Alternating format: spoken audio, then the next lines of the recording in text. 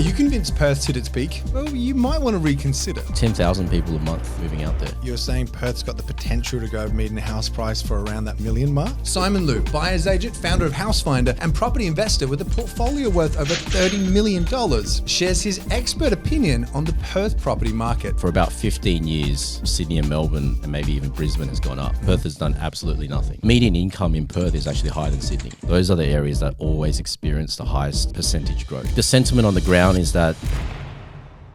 So if you've been thinking about buying into the Perth property market now in 2024, this is going to be an episode you're going to enjoy. My name's Todd Sloan. You're listening to the Pizza and Property Podcast, and this is my chat with Simon Loo. Simon Loo, time to talk about Perth. How are you, Todd? I'm good. How are you? I'm good. Good, man. I feel like we're going to ruffle feathers or ruffle feathers? I think you ruffle them. Ruffle them? Yeah, don't rustle. No? No. Okay. They're not rustly. I think leaves rustle. Feathers don't rustle. Okay, well, it's time to ruffle a few feathers. Yeah, we'll ruffle them up. We're talking about why Perth hasn't peaked. Now, I want to go through this in a bit of a section by section approach with you. But the first thing off the list, I actually think is probably the most pertinent to this, is recovery versus growth. Can you expand on this and what you really mean? People tend to have very short-term memories in terms of how a market has performed previously. And if you look at what Perth has done for about 15 years, while Sydney and Melbourne and maybe even Brisbane has gone up, Perth has done absolutely nothing, right? In fact, most of Perth went backwards to a point where I believe it was never realistic anyway. Right, because I remember 3 years ago, we were buying houses in Perth in areas like Mandurah and so on. We were paying like $250,000 for a house.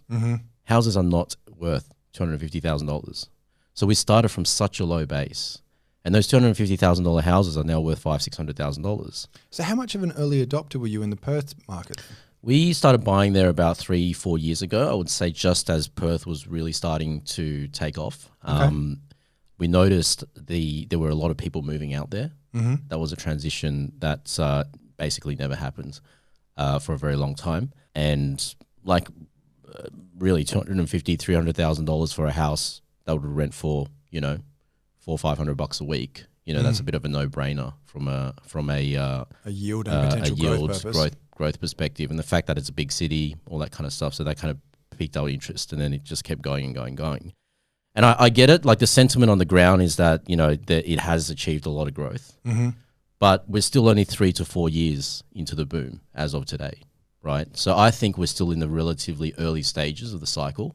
And the initial few years, if you look at what happened in Sydney and Melbourne and Brisbane, the first few years is always the most intense, right? It grows the most rapidly because, like I said, it comes off from such a low base. And now I feel like is where prices should always have been, to buy a 3-4 bedroom house, $500,000-$600,000 as a bit of a starting point. So you're looking at it as Perth hasn't necessarily boomed to get to where it is now. Perth's basically just gotten back to its zero. It's I feel like it. Yeah, correct. Okay. I've never seen a long-term boom cycle only last 3 or 4 years anyway, especially coming off 15 years of nothing. And the fact that the boom now is driven purely by owner-occupiers, just a lot of people moving out there. I think look, I'm not going to say it's going to be like a Sydney, but, Sydney's been booming arguably for, about 12, 13 years now. What makes you say it's driven entirely by owner-occupiers? Because I know there's going to be someone in the comment section going, no, it's not. It's all investor-led. Like, what makes you say that? Well, there's about 10,000 people a month moving out there. 10,000 a month? Yeah, in migration. Yeah, right. So that's a lot of people that need houses, whether they're renting or buying at the end of the day. All right, so talk to me about the affordability aspect of it, because even with Perth going through what it has, it's still a pretty affordable place to live. 100%, yeah.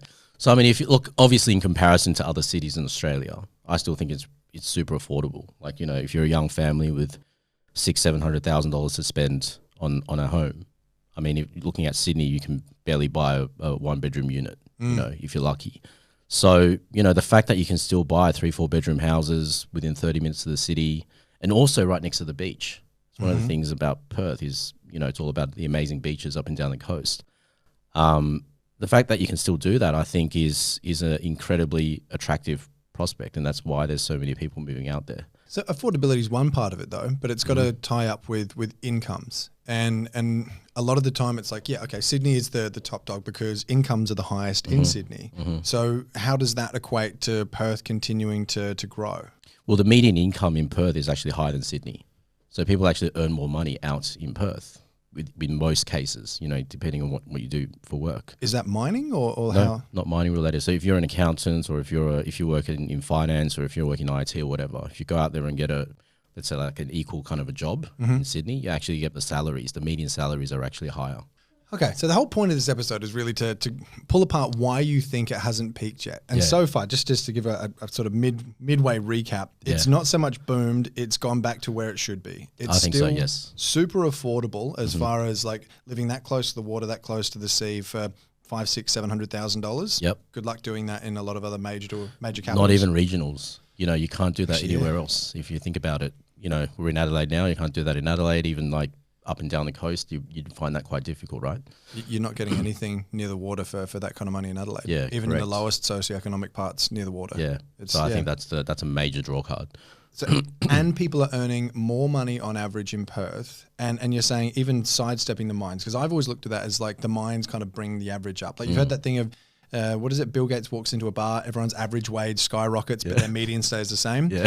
I thought that was kind of why Perth had that because of the mining jobs. I think it's coming away from mining. You know, in previous booms, yes, it's always been mining driven. Yep. But commodities have come down, like prices of iron ore and stuff have come down since COVID significantly. Yeah, and prices have gone up. And demand for mining all around the world has dropped off. But the housing market keeps booming, and really the only way you can sort of come to a conclusion is that it's just a lot of people needing houses, you know, to live in. So when it really comes to picking that top, what kind of things would you need to see? Like, because I'm just kind of reversing this. Yeah, Like when it's unaffordable, when wages drop, like what are you looking for? I personally don't like picking tops or bottoms, right? Okay. But I think when it gets to a certain point where affordability is a big issue, like the largest group of home buyers in Australia are median income earners, right? So let's say someone earning 80, 90K a year. I know that's not the median income, but you know, like let's say you're a family. I actually think it is. Is it? I think so, yeah. I think the average is 99. I think the median is like 80. Okay, cool. Watched something on this just the other day. There we go. So let's say 100 grand or 90 grand a year times two in a household, so mum and dad. They typically peak out at the moment at about $1 to $1.2 million, you know, in terms of their max affordability. Gotcha, from what they can service loan-wise, yep. So I always feel like whenever the median house price gets close to that mark, then future growth is, in terms of sustained growth, starts to get a little bit limited. So if I'm understanding you right, you're saying Perth's got the potential to go median house price for around that million mark? I'm not sure if it's going to happen in my lifetime, but look, I mean, eventually that's where everything's headed, right? Like, you know, like Sydney, I remember, and this is one of the examples I always like to use. I remember in Sydney, the Sydney boom started around 2010-ish, right? And by 2014 and 15, everyone, like the rhetoric on the ground was that we're in a bubble, it's all going to burst, it's too unaffordable, this and that. And then literally for the next 9 or so years to date, it's kind of kept going, but more steadily, right? So I feel like, like at the end of the day, once it becomes super unaffordable, you know, which Sydney now is, that's where you get a mass exodus from people that are like, you know what, it's not even that great a place to live in, but I'm paying through the roof to live there. Let's check out Perth. You know, I think before a few years ago, I remember most people would be moving to Brisbane. Yep. If they're looking at like greener pastures. But now Brisbane's also unaffordable. So now they're moving to Perth. So it's kind of like a migration of affordability. I'm going to trademark that. Okay. And so you're really looking at this as that migration of affordability isn't through the lens of it's an affordable investment for someone. You're looking at this from the owner-occ level of this is an affordable lifestyle for someone to actually raise a family, live. Absolutely. And then that's one of the things that's making you go, this is why I'm backing it as an investment. Yes, correct. Because you have to chase where people live as investors. That's one of my sort of cardinal rules. And this is one of the reasons why I don't like investing in regional areas. Okay. Because regional areas get a lot of hype about like a construction project or a mining something or whatever. And you get all these investors buying in there. And as soon as that project's done, or as soon as there's a bit of fear in the market, everyone leaves, right? But when people choose a place to live in, they can't just leave. You know, that they're sort of rooted into the city. Property is not a very liquid asset. Yeah, so, you know, as investors, we need to be exposed to that social element, of people just needing houses to live in at the end of the day. That's why I always focus on these capital cities. Okay, talk to me about the lifestyle of Perth then, because Perth, I actually think it's technically the most isolated city in the world. What lifestyle-wise, why else are people drawn there? So it's affordable to live there. It's got some good incomes. Have you been to Perth? I actually have not. No, it's really nice. It's the only city in Australia I have not been to. Look, it's a really pretty place. It's all about beaches up and down the coast. Like whether you're in a rich area or like a more sort of affordable area. I think if you think about why people choose to live in Australia, Australia's a nation of migrants, right? They're coming from Europe and Asia and America, all parts of the world, right? Yep. The expectation in Australia is that the lifestyle should be stress-free, should be, good weather. Should be right, mate. Yeah, exactly. All the things that they're probably trying to get away from in their home country. So if they're coming here and going to Sydney, for example, everything's super expensive, traffic everywhere, a lot of everyone's just angry at each other. If you live in Sydney, you know what I mean. Overly competitive, that kind of thing. And I think the choice is now Perth and Brisbane, for a lot of people in terms of going, okay, where am I going to set up my life?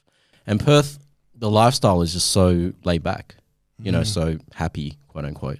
And not only is it cheaper, so I think it just makes complete sense that people are moving out there now. So yeah, that's one of the main reasons. And coming back to the scarcity factor, like I said, to be able to buy a house, $500,000-$600,000, like 3 or 4 bedroom house in walking distance to the beach in some cases. So you literally walk down the road 5 minutes to the beach, and if you need to go to the city, it's like a 20 or 30 minute commute. Like I don't think you can. That's an unbeatable set of criteria. So if anyone's looking at buying right now, because I know there's a shift towards, some people are talking Melbourne, some people are talking Perth, like we were saying now, still got lots left in the tank.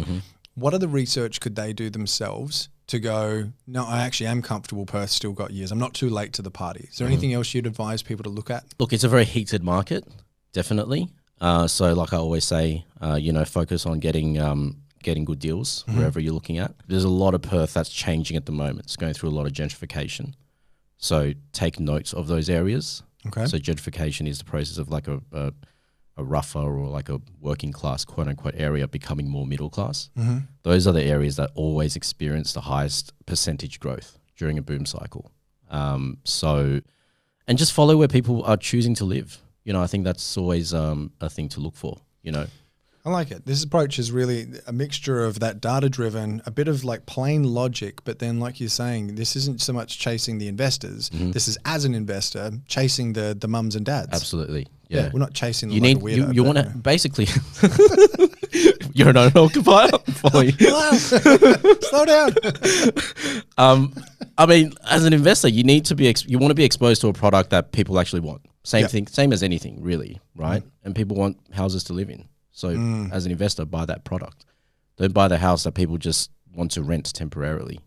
I'm seeing a lot of people buying up in those kinds of sort of regional random towns. You know what I mean? So at the end of the day, one other quick point to make, people move where they can get a job, right? That's the number one reason why people chooses anywhere to live, is where they can find work. And big cities exist because they have a diverse enough economy to support multiple industries.